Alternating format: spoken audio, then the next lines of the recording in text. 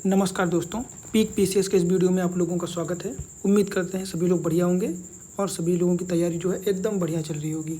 ठीक है, तो जैसा कि आप लोगों को पता है कि हमारी श्रृंखला चल रही है डेली प्रैक्टिस की। ठीक है, जिसमें हम लोग डेली हर सब्जेक्ट से अलग अलग दिन अलग अलग सब्जेक्ट से जो है 10 प्रश्न उठाते हैं और उनका डिटेल जो है डिस्कशन देखते हैं। ठीक है, अगर बात करें प्रश्नों की तो इसमें कुछ क्वेश्चन जो है मल्टीपल चॉइस क्वेश्चन होते हैं जो अदर एग्जाम्स या जो आने वाले संभावित होते हैं। ठीक है, और कुछ प्रश्न जो हैं PYQ से ले लिए जाते हैं जो पीछे PCS हो गए या ROR हो गए उस एग्ज़ाम में लिए गए हैं। ठीक है, तो इससे क्या होगा, इससे आप लोगों को ये पता चलेगा कि इस टाइप के या इस फॉर्मेट में क्वेश्चंस आते हैं। ठीक है, तो देख लेते हैं आज के प्रश्न। आज का हमारा पहला प्रश्न हो जाएगा जो कि इतिहास का होगा। तो इसमें क्या होगा कि प्राचीन भारत के साहित्यिक इतिहास में, ठीक है, साहित्यिक इतिहास में पाणिनि और पतंजलि जो कि ख्यात प्रख्यात मतलब विख्यात या फेमस थे। ठीक है, ये लोग बहुत ही विख्यात थे। बात करें तो ये किस राजवंश के समय फले फूले हैं, है ना। अगर बात करें तो क्या कह रहा है क्वेश्चन कि पाणिनि और पतंजलि किसके जो है समकालीन है। ठीक है, यहाँ पे 4 ऑप्शन दिए गए हैं। कौन कौन, एक तो पुष्यभूत, दूसरे कुषाण, तीसरे शुंग और गुप्त काल के शासक। ठीक है, गुप्त शासक। तो ये किसके समकालीन थे इसमें से अगर क्वेश्चन पूछ रहा है। ठीक है, तो आप लोगों को 5 से 10 सेकंड का टाइम दिया जा रहा है। आप लोग कमेंट में करके बताइए कि इसका आंसर क्या होगा। ठीक है, कमेंट की बात करें तो आप लोग प्रश्न नंबर डाल के फिर उसका आंसर देंगे। ठीक है, ताकि मेरे को भी पता चल सके कि आपका आंसर किस प्रश्न का दे रहे हैं। ठीक है, और कमेंट जरूर कीजिए और इसका उत्तर जरूर दीजिए। ठीक है, तो टाइम आपका स्टार्ट होता है।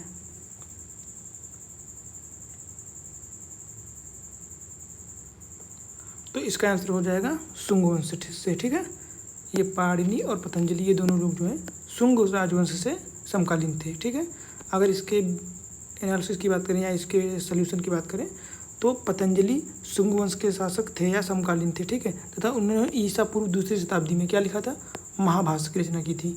ठीक है, तो महाभाष्य की रचना पतंजलि ने करी थी। ठीक है, बात करें जो कि पाणिनि की अष्टाध्यायी टीका पर आधारित है ना।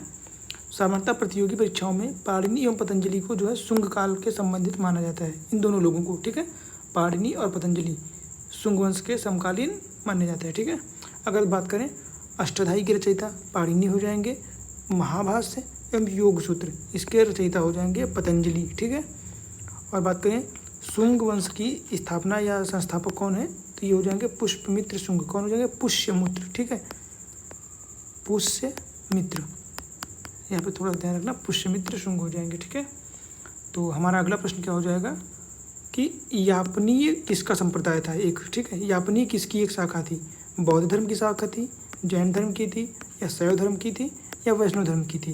तो अगर यापनीय वंश की बात करें या यापनीय संप्रदाय की बात करें तो ये जैन धर्म की शाखा है ना।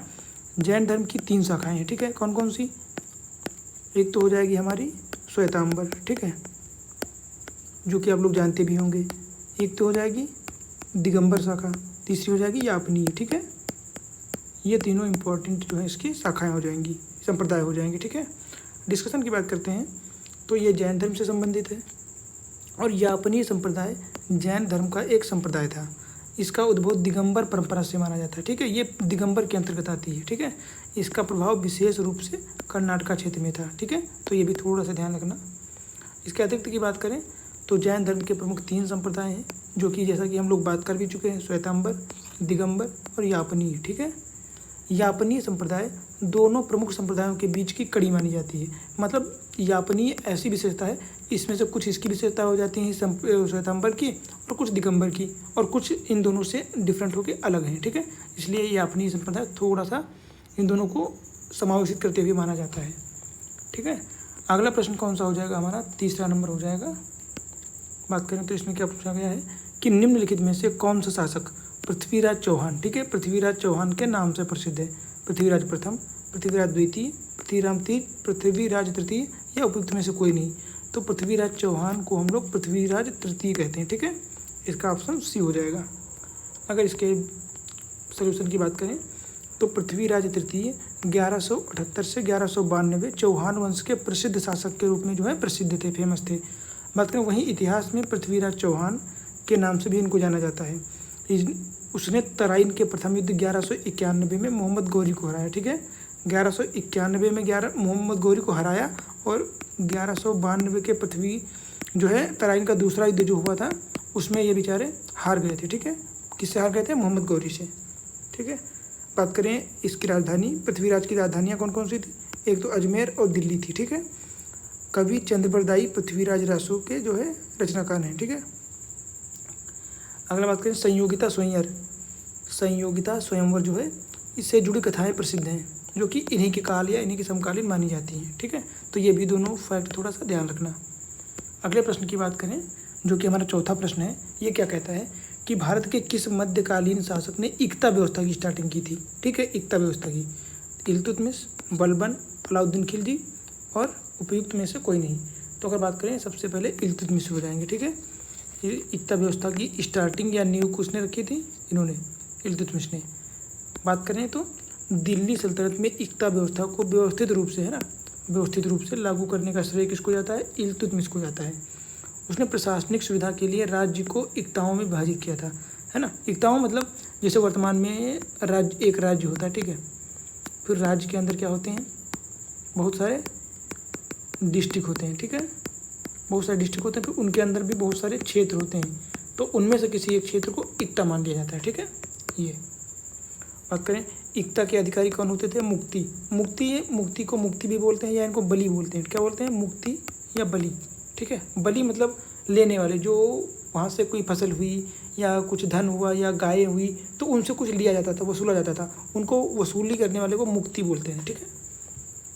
बात करें इक्ता भूमि का स्वामित्व नहीं बल्कि राजस्व संग्रहण का अधिकार था। मान लो कहने का अधिकार ये है कि मान लेते हैं ये एक क्षेत्र था, ये एक ए क्षेत्र होगा, ये एक क्षेत्र हो गया, ठीक है। तो ये ए बी सी मान लिया। तो क्या करते थे राजा वाले लोग?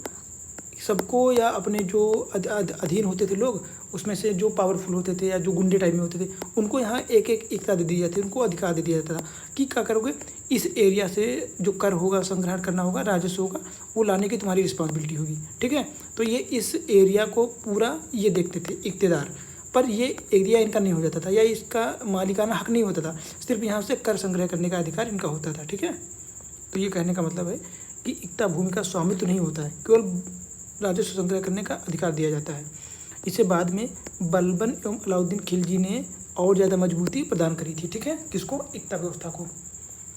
तो अगले प्रश्न की बात करें, क्या हो जाएगा हमारा कि चित्तौड़ का कीर्ति स्तंभ किसने बनवाया था? राणा सांगा, राणा कुंभा, राणा प्रताप या राणा उदय सिंह? तो इसका ऑप्शन हो जाएगा ऑप्शन बी, राणा कुंभा।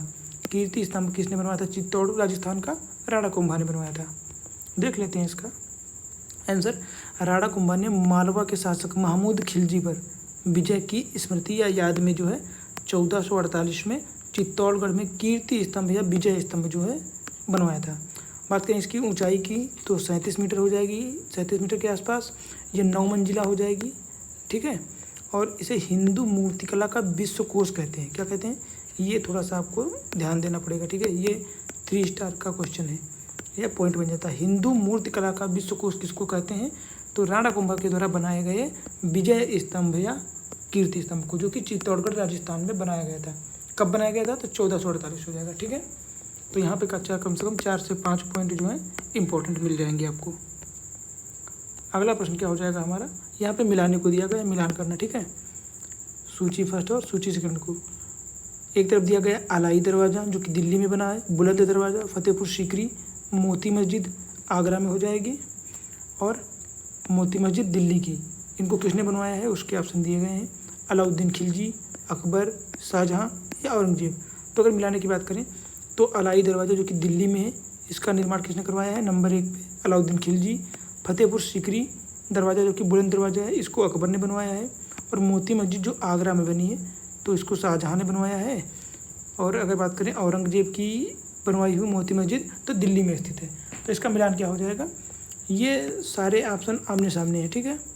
तो क्या हो जाएगा? इसका ऑप्शन हो जाएगा A1 B2 C3 D4, ठीक है। तो इसका ऑप्शन फर्स्ट हो जाएगा, है ना। डिस्कशन की बात करें तो यहाँ पे ये सब कुछ दिया गया है, आप देख सकते हैं। इसके अलावा बताएं अलाई दरवाज़ा। तो अलाई दरवाज़ा पहली पूर्ण इस्लामी मेहराब वाली इमारत थी, ठीक है। कौन सी हो जाएगी? फर्स्ट पूर्ण इस्लामिक शैली वाली मेहराब वाली जो है इमारत कौन सी हो जाएगी? अलाई दरवाज़ा। और गुजरात विजय की स्मृति में बनवाया गया था। क्या बनवाया गया था? तो बुलंद दरवाज़ा हो जाएगा। और संगमरमर से निर्मित मोती मस्जिद, जो कि कहाँ पे है, आगरा में, ठीक है। किसने बनवाया, तो शाहजहाँ ने बनवाया, ठीक है। अगला प्रश्न अपना देख लेते हैं 7 नंबर, कि निम्नलिखित संगठनों में से किसने शुद्धि आंदोलन चलाया, ठीक है। शुद्धि आंदोलन आर्य समाज ने, ब्रह्म समाज ने, देव समाज ने, ये प्रार्थना समाज ने। तो शुद्धि आंदोलन की स्टार्टिंग जो है आर्य समाज के अंतर्गत हुई थी। अगर बात करें आर्य समाज, तो आर्य समाज की स्थापना 1875 में किसने करी थी, स्वामी दयानंद सरस्वती ने। किसने, स्वामी दयानंद सरस्वती ने की थी, ठीक है। सरस्वती, इसकी स्थापना स्वामी दयानंद सरस्वती ने की थी और आर्य समाज के अंतर्गत ही शुद्धि आंदोलन की स्टार्टिंग की गई थी, ठीक है। अगर इसकी बात करें तो शुद्धि आंदोलन आर्य समाज द्वारा चलाया गया था। इसका उद्देश्य अन्य धर्मों में चले गए लोगों को पुनः हिंदू धर्म में लाना, ठीक है। क्या होता था उस टाइम पे जो है अन्य धर्मों में धर्मांतरण बहुत ज़्यादा मात्रा में चल रहा था, ठीक है। कि कभी किसी को पैसे का लालच देके, धन का लालच देके, ज़मीन का लालच देके, या कभी कभी ज़बरदस्ती भी, है ना, बलपूर्वक क्या करते थे, धर्मांतरण करवा दिया जाता था। तो उन पे बहक गए या लोगों को, ज़रूरतमंद लोगों को पैसा देके जो बदल देते थे, उनको पुनः अपने धर्म में, हिंदू धर्म में लाने के लिए शुद्धि आंदोलन को चलाया गया था। आर्य समाज की स्थापना 1875 में दयानंद सरस्वती ने की थी और दयानंद सरस्वती ने एक ग्रंथ की जो रचना की है, इसका नाम है सत्यार्थ प्रकाश, ठीक है। अगला प्रश्न क्या हो जाएगा हमारा 8 नंबर, निम्नलिखित में से किस आंदोलन में महात्मा गांधी ने, ठीक है, पहली बार जो है भूख हड़ताल का प्रयोग हथियार के रूप में किया था, है ना। तो पहली भूख हड़ताल महात्मा गांधी ने 1918 में की थी। किसमें की थी, अहमदाबाद मिल हड़ताल में, ठीक है। अहमदाबाद की हड़ताल, जो कि एक मिल थी, ठीक है, सूती कपड़े की मिल थी, जहाँ पे लोग या यहाँ के मजदूर जो है हड़ताल कर रहे थे, क्योंकि ये मिल बंद होने वाली थी। तो ये लोग कह रहे थे कि उनको पैसा ज़्यादा, इन्होंने पहले तो वादा किया कि इतने दिन काम करो, फिर उन्होंने पैसे भी देने से मना कर दिया मिल मालिक ने। इसलिए महात्मा गांधी ने मजदूरों का साथ देकर हंगर स्ट्राइक किया था, ठीक है। तो ये हो जाएगा ऑप्शन सी, अहमदाबाद की हड़ताल। अगर बात करें इसके सल्यूशन की, तो 1918 में अहमदाबाद मिल मजदूर आंदोलन में महात्मा गांधी ने मजदूरों के समर्थन के लिए पहली बार भूख हड़ताल की थी, जो कि इंडिया की पहली हड़ताल थी, ठीक है। इसमें क्या था कि मिल मालिक ने बोला पहले कि हम इतने % की जो है बोनस देंगे, फिर बाद में वो अपनी बातों से मुकर गया। फिर बाद में महात्मा गांधी ने जो है बार्गेनिंग करके 35% तक पहुंचाने की कोशिश की थी और यहाँ पर दोनों मान गिर गए थे, ठीक है। और इसमें अनुसुईया साराभाई ने महत्वपूर्ण भूमिका निभाई थी और महात्मा गांधी जी का बहुत ज़्यादा साथ दिया था, ठीक है। और बात करें अनुसुईया साराभाई जो थी, ये मिल मालिक की बहन भी थी, ठीक है। ये मिल मालिक की बहन थी और मिल मालिक जो था महात्मा गांधी का दोस्त था। फिर भी महात्मा गांधी ने अपने दोस्त का साथ दे के अन्याय के खिलाफ जो है मजदूरों का साथ दिया, ठीक है। तो यहाँ से भी क्वेश्चन आ सकता है। 9 नंबर हमारा प्रश्न हो जाएगा कि इसमें 2 कथन दिए गए हैं। पहला कथन है कि कांग्रेस ने साइमन आयोग का बहिष्कार किया था और साइमन आयोग में एक भी सदस्य भारतीय नहीं था। तो दोनों को कथन क्या हो जाएंगे, बिल्कुल सही बात है। कांग्रेस ने भी साइमन आयोग का बहिष्कार किया था और इसलिए ही किया था, और ये क्योंकि उसमें भारतीय कोई भी सदस्य नहीं था, सारे के सारे गोरे अंग्रेज थे, है ना। तो इसमें भारत के लिए कोई अच्छा निर्णय कैसे ले सकते थे, नहीं ले सकते थे, ठीक है। तो इसमें ए और दो दोनों सही हैं तथा आर ए की अच्छी और सही व्याख्या करता है, ठीक है। तो ऑप्शन यहाँ पे फर्स्ट हो जाएगा। बाकी साइमन आयोग 1927 में जो है सभी 7 सदस्यों के साथ 7 सदस्य जो थे अंग्रेज थे। तो यहाँ सही भी पता चल रहा था, इसमें 7 सदस्य थे। 1927 की बात है। एक भी भारतीय सदस्य न होने के कारण कांग्रेस ने इसका अधिकांश रूप से बहिष्कार किया, ठीक है। अब बात करें इसके अध्यक्ष, तो इसके अध्यक्ष थे सर जॉन साइमन, और यहाँ पे कांग्रेस ने क्या नारा लगाया था, साइमन गो बैक, है ना, मुंबई से। लाला लाजपत राय पर उसी समय पे लाठीचार्ज हुआ था इसी दौरान, है ना, साइमन गो बैक के नारे लगा रहे थे और उस टाइम जो है बहुत भीड़ हो गई थी, तो पुलिस ने जो है इन पर लाठीचार्ज चलाया था। बाद में ये इनकी मौत भी हो गई थी, इसी समय जो है इनकी मौत हो गई थी। हमारा अगला प्रश्न क्या हो जाएगा कि निम्नलिखित में से किस एक आंदोलन के साथ अरोड़ा आसफ अली जो है जुड़ी थी। अगर बात करें खिलाफत आंदोलन, असहयोग आंदोलन, सविनय अवज्ञा आंदोलन या भारत छोड़ो आंदोलन, तो बात करें अरोड़ा आसफ अली जो कि भारत छोड़ो आंदोलन जो कब हुआ था, 8 अगस्त 1942 को हुआ था, ठीक है। इसी दौरान अरोड़ा आसफ अली ने जो है अंतर्गत भूमिगत होकर रेडियो संचालन में और इस प्रकार की बहुत सारी एक्टिविटीज़ में भाग लेकर भारत छोड़ो आंदोलन में अपनी महत्वपूर्ण भूमिका निभाई थी। ठीक है, तो इसका सलूशन भी देख लेते हैं। अरोड़ा आसफ अली भारत छोड़ो आंदोलन 1942 की प्रमुख नेता थी। उन्होंने भूमिगत रहकर आंदोलन का संचालन किया था। मुंबई में ग्वालियर टैंक के मैदान में तिरंगा फहराने के कारण उन्हें भारत छोड़ो आंदोलन की वीरांगना भी कहा जाता है। क्या कहा जाता है? भारत छोड़ो आंदोलन की वीरांगना। ठीक है, तो कब हुआ था ये आंदोलन? 8 अगस्त 1942। और इसका नारा क्या था? करो या मरो। और किसने कहा था? महात्मा गांधी ने। ठीक है, ये महात्मा गांधी का नारा है कि करो या मरो, क्योंकि इनके करो और मरो के अलावा कोई ऑप्शन नहीं अंग्रेजों ने छोड़ा था उस टाइम पे, है ना। बात करें अरोड़ा आसफ अली को दूसरा नाम क्या था?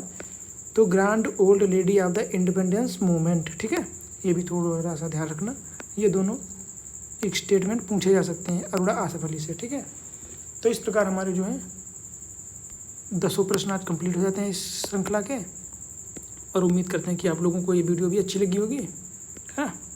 तो वीडियो अच्छी लगी हो तो वीडियो को जो है लाइक कर दीजिए, कमेंट कीजिए, है ना। इनके सारे आंसर जो आपको पता हो उनके आंसर दीजिए। और अगर वीडियो में कोई प्रॉब्लम आ रही हो या कुछ कमी लग रही हो या जहाँ पे लगे कि यहाँ पे ये भी चीज़ बतानी चाहिए थी, तो उसके लिए आप लोग कमेंट कीजिए, हम उस पर ज़रूर ध्यान देंगे। ठीक है, बाकी वीडियो देखने के लिए आप लोगों का बहुत बहुत धन्यवाद। और इसी प्रकार चैनल पे बने रहिए और अपनी तैयारी को थोड़ा सा धार देते रहिए और बढ़ाते रहिए।